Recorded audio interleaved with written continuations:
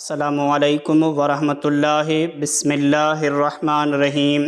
پیارے ناظرین، حضرت داؤد علیہ السلام اور حضرت سیدنا سلیمان علیہ السلام کی زندگی کا ایک خوبصورت واقعہ مکمل سنیے۔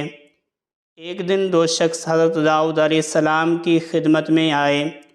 ان میں سے ایک اپنا حال رو رو کر سنا رہا تھا کہ حضور، اس آدمی نے مجھ پر بہت ظلم کیا ہے، مجھے برباد کر دیا ہے۔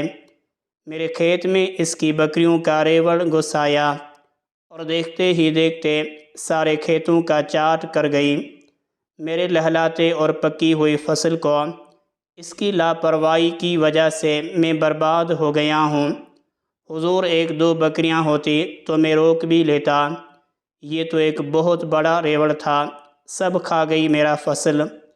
آپ علیہ السلام بتائیں اب میں کیا کروں، کیسے گزارا ہوگا میرا؟ حضور انصاف کیجئے، میرے حال پر رحم کیجئے۔ اللہ تعالیٰ نے آپ علیہ السلام کو بادشاہ بنایا ہے، انصاف کریں۔ حضرت داؤد علیہ السلام نے اگلے شخص کو آگے بڑھنے کو کہا۔ جب وہ شخص آگے آیا، حضرت داؤد علیہ السلام نے بکریوں کے ریوڑ والے سے پوچھا، کیا یہ کھیتوں والا شخص سچ کہہ رہا ہے؟ اس شخص نے کہا، جی ہاں حضور، یہ سچ کہہ رہا ہے۔ حضرت داؤد علیہ السلام نے فرمایا، تم نے اپنی بکریوں کو کیوں نہیں روکا؟ بکریوں والا شخص کہنے لگا، اے نبی علیہ السلام، میں نے بکریوں کو روکا تھا مگر ریوڑ بہت بڑا تھا جس کی وجہ سے نہ روک سکا۔ حضرت داؤد علیہ السلام نے فرمایا، کیا تم مانتے ہو کہ سارا نقصان تمہاری بکریوں کی وجہ سے ہوا ہے؟ اس نے جواب دیا، میں مانتا ہوں۔ حضرت داؤد علیہ السلام نے دونوں آدمیوں کو غور سے دیکھا، کچھ سوچا، پھر آہستہ آہستہ کچھ کہا۔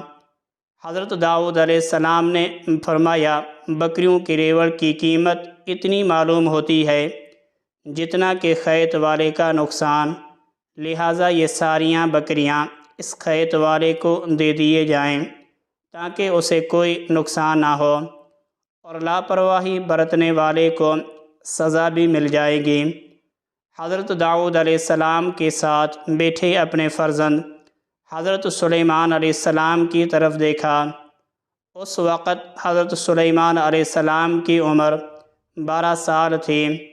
حضرت سلیمان علیہ السلام کہنے لگے، بابا جان، آپ نے بڑا اچھا فیصلہ کیا ہے، مگر بابا جان، یوں بھی تو ہو سکتا ہے نا کہ بکریوں کا ریوڑ کھیت والے کو دے دیا جائے تاکہ وہ بکریوں کے دودھ اور بالوں سے فائدہ اٹھائے، اور بکریوں والے کو کہہ دیا جائے کہ وہ اس کے کھیتوں میں کام کریں۔